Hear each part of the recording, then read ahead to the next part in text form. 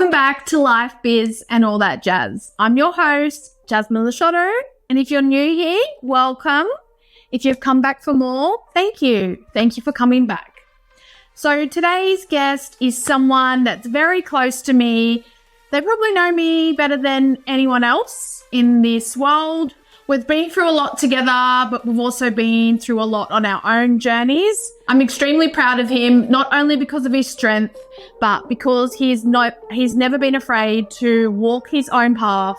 He's not afraid to stand up in a room and say no in a room full of people that want to say yes. And also, he's funny and he gets my weird, twisted sense of humour. So who do we have with us today? My brother, Nicholas. All right, welcome. Welcome, Nick, to Life, Biz and All That Jazz. Thank you. So thank you for coming on. I really appreciate it. Mm-hmm. Yeah. Good to be here. Oh, that's good. I'm really glad you are because it really does mean a lot to me. All right. All right, should we get into it? Yeah. Get into the questions. Mm-hmm. So we've got some questions here. First question. Let's take it back. What was life like for you growing up? And how do you think those early experiences shaped who you are today? So I think life growing up was obviously busy with, 4 kids and, like us 4 kids and then mum and dad were always like out doing stuff and were always quite busy. So I felt, I was always on the move, like always, busy doing things, activities and stuff like that after school. So I think that shaped me from a young age to want to be productive and like do good things with my time and stuff like that, and be busy, and like keep trying to achieve better things. Mm-hmm. How do you feel like that shaped you today? I think it shaped me is like I have a big drive of like what I want to do in my life and like who I want to be. Just the drive that I have and the determination and the willpower that I have. Yeah, I definitely agree with that. And that's kind of like something that I mentioned in the intro, that you've always been, you're okay with doing something your own way. Mm-hmm. Like you going down a road, if you want to do something, you're very determined. Like you've got your eye on something, that's it, I'm doing it. And then you start it. And that's something really, really good to have because you're always happy to just jump into something and, be like, yo, all right, I'm doing it like you're doing now. What do you think was the turning point for you with your healing journey? And I know you've gone on a few different journeys, but what do you think was the biggest one, or where do you feel like you started kind of developing your healing journey? I think it was always like continuous, but I feel like it was at a point of just being at a point in my life of just wanting more and like what do I need to do to have a different mind state or to get more and to live a different life. And then from there I tried different things from like shamanic healing sort of stuff. I tried like I was part of like Mankind Project for like 7 years, like doing the staffing on the weekends and also doing my own work in the men's groups there. It really helped having those like different men to hold me accountable and also support me in that way. That really helped my mind state and constantly my way of the way that I would speak, like the words that I use and stuff like that, and how that creates an unconscious association with myself, the way I speak to myself and how I speak like outwardly, like the way I communicate with others and stuff like that. That definitely has played a big part in it. I think also just as I get older, I'm maturing more, seeing things differently. So it's been like a gradual sort of thing. That there's definitely different bits and pieces, but I think this evaluating where I'm at and being really good at that, and then learning a lot quicker now what I need to change to navigate things. You get to know yourself more as we get older. And I think that's something really important that you touched on, as well as the way that you speak to yourself, because a lot of us and a lot of people do it, and I myself used to do it, like even if it's in a joking tone. That was obviously me in a lower self-esteem mindset for myself, but that wasn't helping it, I don't think, in a way, is that but I think as well, do you think it's important, and that's obviously like a little bit different, but do you also think it's important the way we think, even if we don't speak about ourselves or talk about ourselves, but the way that we think about ourselves? Like if we're feeling down or like upset about ourselves or we're failed at something, do you think if we're in our heads going, oh, I'm a failure, I'm stupid, do you think even if we're not saying it out loud, that's still our subconscious is reliving that? Yeah, it's like you're priming yourself for more of those thoughts. Sometimes the best thing to do is to like combat that with like loving thoughts and stuff like that. Affirmations.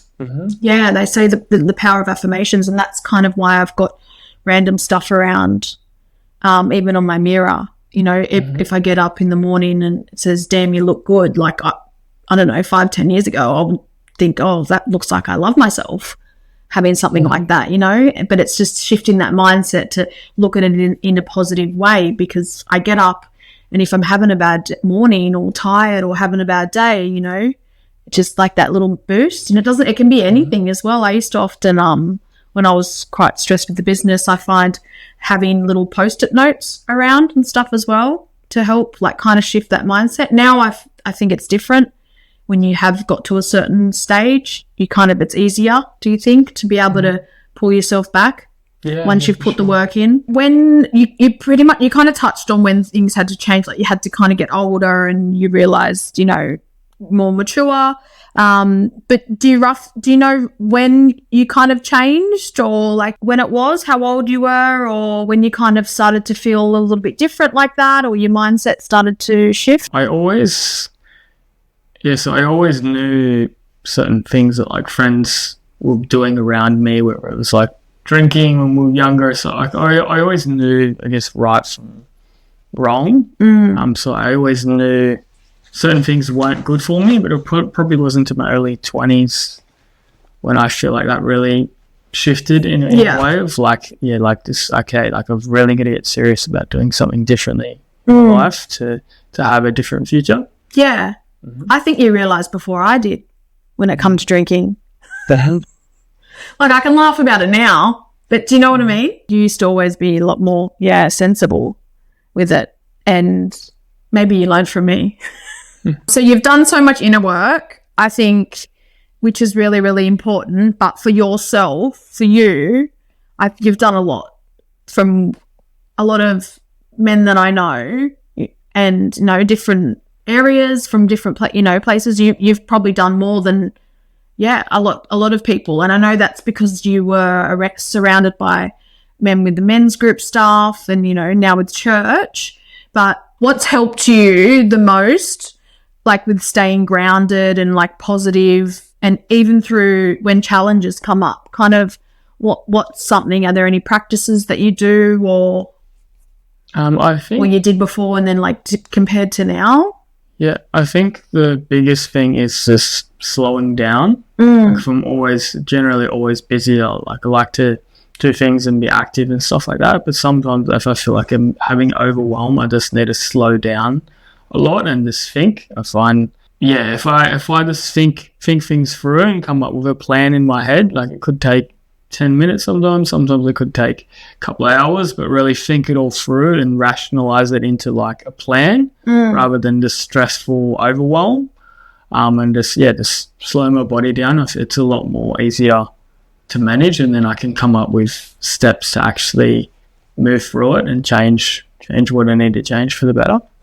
So, and you're more and really coming to like the present moment as well. Slowing down and being present and seeing what's got. Yeah, that's good. What advice would you give younger men or anyone who's going through something traumatic and they don't know kind of where to begin their healing journey? They've never done anything before, or I would say just find a men's group or a bunch of men that like you like and aspire to be, that you can trust, like that you trust to actually open up to, and just get that support from them. Because one thing that they will do, they will hold space for you, but they'll also hold you accountable. And then in that, you're not just going to be allowed to go there every week and just pour your heart out and not actually change anything, that there is going to be that opportunity, but then there's also going to have to be action steps to actually change things. So that's where the accountability comes in, as well as the brotherly love. So you've got the support, like there's lots of, there's groups for the support, but then you got to be willing to change. Yeah, you got to be willing to do the work as well. Yeah. And I think that's the hardest thing when it comes to healing or anything in life is the work. It's very easy to want that instant gratification and you want the final product. You want to be the final person, but it's lots of little mini steps along the way that really are going to get you there. And I think the journey and the process of becoming is important as well, because, I feel like life it's a lifelong lesson. We're going to learn all through life. We want to constantly be becoming better, be better people and learn more and hold ourselves to the highest standard that we want to hold ourselves. So I think it's important to know that the journey's there, but also accepting that it's not easy. It's definitely not easy, but, it's progress, not perfection. So mental health in men, we know it's a taboo. There's still such stigma to it to this day. And even with Dad, like going back from when, he first went into a hospital, like I was 12, so you would have been like 6. So back then it could have been, he could have got help, but it's also the environment. When you come out, you got to be able to be around people that are supporting and stuff like that. So I think the hardest thing now is like spreading the awareness, which is what I'm trying to do. And I think if everyone can just try and do their part the best that they can, like we can't change the world. I might want to try. We want to do our best and do what we can, but I think there's still so much stigma around it. But what would you say to someone that feels like they can't speak up, or like they want to stay strong and they don't want to seem weak because of the stigma and that strength? They need to be the man, the provider, and they need to look strong they can't look around their friends, and they internalize a lot of stuff. So what would you say to any men that are feeling that way? I'd just definitely say get a support group. Support group like of other men to be around, to open up in that space. Yeah. Because again, it goes back to the brotherly love, but the accountability as well. Like someone's just coming there every single week and they're just a sloppy mess, and they're on the other end of the spectrum of maybe being way too emotional, then they're going to eventually get support to be more solid within themselves and hold their stuff. Yeah. Which is going to give them more mental toughness. But then there's men on the other end of the spectrum who don't feel anything, are completely numb, and they've hardened themselves so much that they can't even feel any of their emotions. So they actually need to, feel safe to actually open up and feel more. So I think there's a spectrum of that, and we kind of, to be healthy, we need to be in the middle of yes, we can feel our emotions, but we also have the mental toughness that we need to be able to go through some level of healthy stress and stuff like that, and not completely crumble, but not also hold it in to the point where we get burnt out and it's becomes too much. Like no man's an island sort of thing like that, and having that lone wolf mentality isn't healthy. But then being on the other end of the spectrum, I think sometimes as well, being overly emotional, like some of those men probably grew up without fathers and stuff like that, and they just had the influence of their mothers in that way, and then because of that, they don't really learn like that level of strength from their fathers. So for men like that, they need to have that, I guess, mentors or brothers to help them like balance them out and be in the middle of the spectrum of being heart-centered, but also having a certain level of stability and strength. Yeah. So if someone was to look for a group like this, where would be the best place for them to look? There's Mankind Project. So they're all over. Yeah, they're all over Australia, and they're in a lot of other countries as well. It started off in America, and then came into Australia 25 years ago now. And then they're in UK. I think they're in South Africa, and then they're in a lot of other countries, like a lot of it over Europe and stuff like that as well. So that's just one group. Yeah, there's different groups to that as well. But the Mankind Project is what I went through, and then doing the initiation weekend as well really helped me. Yeah. I guess as well that you could probably have a look on like a Google search. There'd be some type of things in Facebook groups and stuff like that as well if you can't get to a location. When, like what I was saying before, they feel like they've got to be strong or they can't open up. When they go to a meeting or like kind of that support, what would it be like? Would it be, it would be more welcoming when they first go in, because this is people that probably it's, taken a lot of courage to even walk in the door, to get in the car and drive there. So at first it's not where you're not asked to be held accountable, say the first week. It's like you build up to that. Yeah, so basically it's like as your first night, you're just like another man in the space, and you can speak as much as you want, or as little as you want, and then generally by the time that like a man for his first time, he gets to the end of the night, like he feels a lot more comfortable.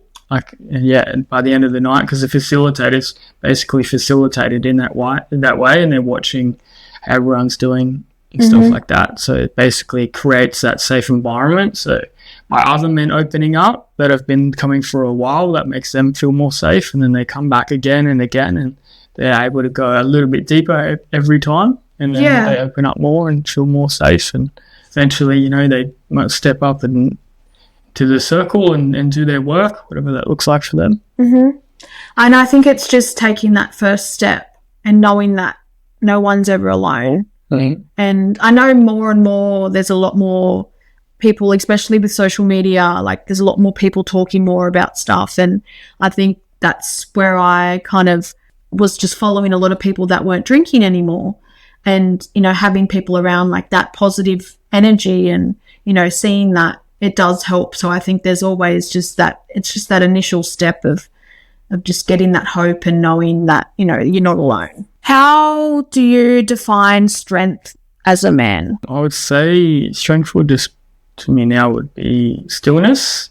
So like I always say, that's something I come back to, like slowing down this stillness, and it's like it's solidness, and not reacting, just being aware of what's there or what's going on, and then making a rational, grounded decision for that. So I'd say strength would be like stillness, being being like flowy like water, but like a lot of water can also have a lot of power as well. So it's like that. Too like a tsunami. Yeah. Too wish-washy. Yeah.